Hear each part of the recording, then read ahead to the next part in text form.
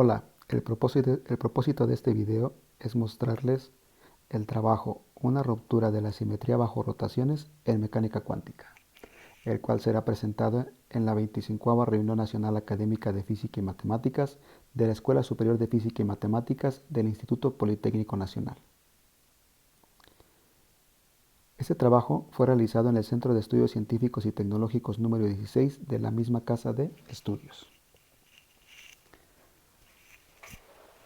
El personaje Edward Witten es muy conocido dentro de la comunidad de teoría de cuerdas, y uno de sus trabajos más citados surge cuando estudia cuáles son las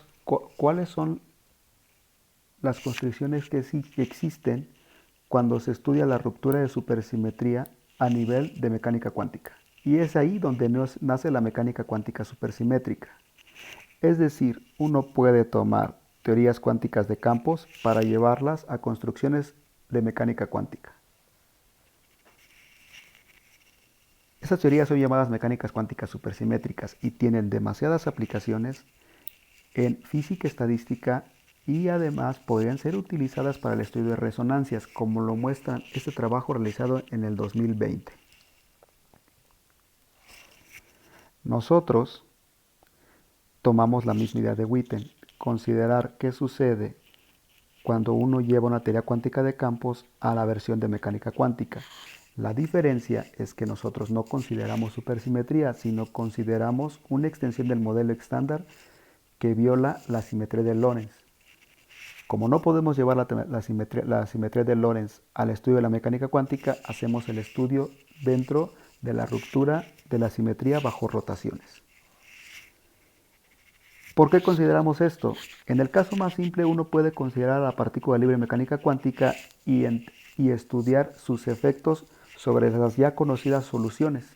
Esas ecuaciones que están aquí son ecuaciones típicas de los libros de texto cuando se estudia la partícula libre en la mecánica cuántica. ¿Cómo lo vamos a tratar nosotros?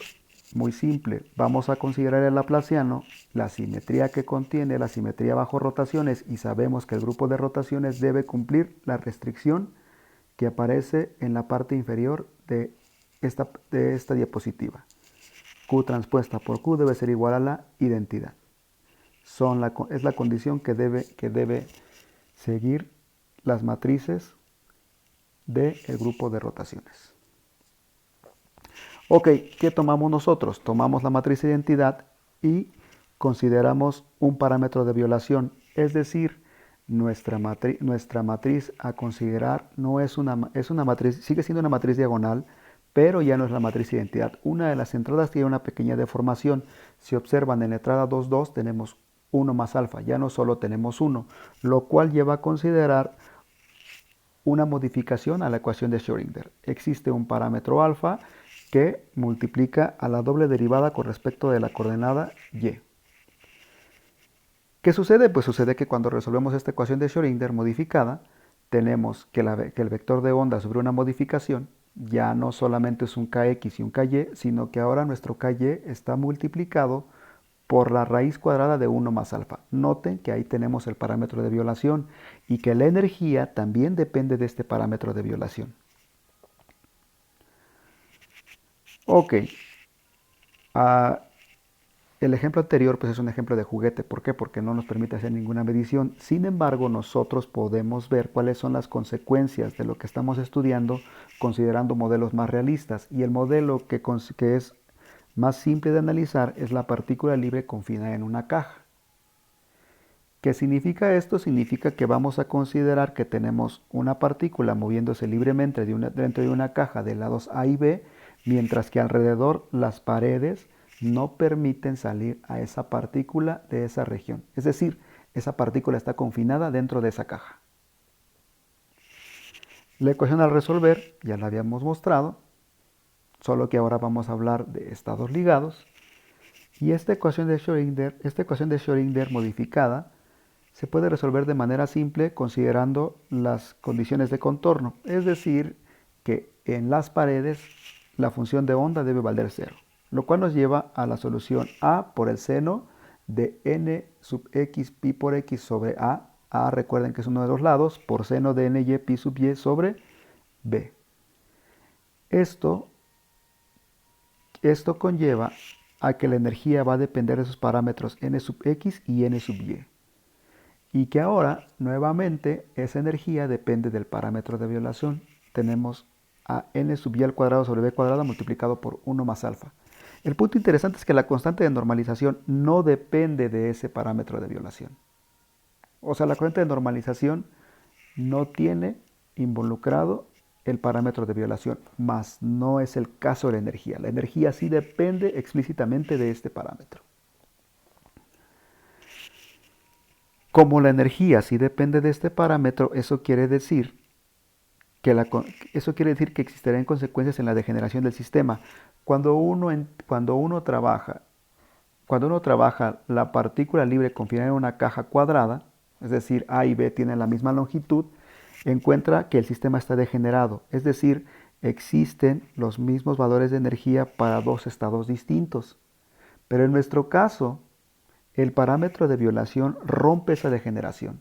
Noten cómo tenemos n sub x y n sub y en esta columna 2,1 y 1,2. N cuadrada tiene el mismo valor de 5. Sin embargo, la energía no es la misma. En uno está multiplicado por 5 más alfa y en el otro está multiplicado por 5 más 4 alfa. Eso quiere decir que existe una brecha de energía entre esos estados. Esa brecha depende de alfa. O sea, si alfa tiende a cero, esa brecha de energía no existe. La degeneración se restaura. Pero el hecho de que existe ese parámetro de violación implica que la degeneración del sistema está rota. Pero como las funciones de onda no dependen de ese parámetro de violación, pues cuando uno grafica las funciones de onda, encuentra que esas funciones de onda pueden llevarse una a la otra considerando una rotación en torno a un punto específico. Esas gráficas muestran que cuando uno considera en el punto A medios, A medios, uno puede realizar una rotación de 90 grados y ver que realmente una función de onda es equivalente a la otra. Pero no es el caso de energía. Ese es el punto importante de nuestro trabajo. Demostrar que existe una forma de romper la degeneración del sistema no de la misma manera que se hace usualmente, que es introducir un parámetro en el potencial. Aquí el parámetro que estamos modificando está en el término cinético. Ok, vamos a hablar de las conclusiones del trabajo. Número 1. La existencia de un parámetro de violación en el operador de energía cinética para la ecuación de Schrödinger modifica la energía para cada eigenestado del sistema, lo que habíamos comentado incluso en el caso de la partícula libre. Noten cómo en el caso de la partícula libre la energía depende específicamente del parámetro alfa. Si alfa tiende a cero, obtenemos la solución que conocemos para la partícula libre que obedece a la invariancia bajo rotaciones. Ok, conclusión número 2. En el caso de la partícula libre confinada en una caja cuadrada, el parámetro de violación rompe la degeneración del sistema, la cual se restablece en el límite en el que el parámetro de violación tiende a cero. Esta brecha de energía, noten que es cero si alfa tiende a cero. Esa es la conclusión número 2 de nuestro trabajo. Y pues bueno, agradecemos el tiempo que le prestan a este video y solo para mencionar que este proyecto fue financiado por la Secretaría de Investigación y Posgrado del Instituto Politécnico Nacional. Muchas gracias.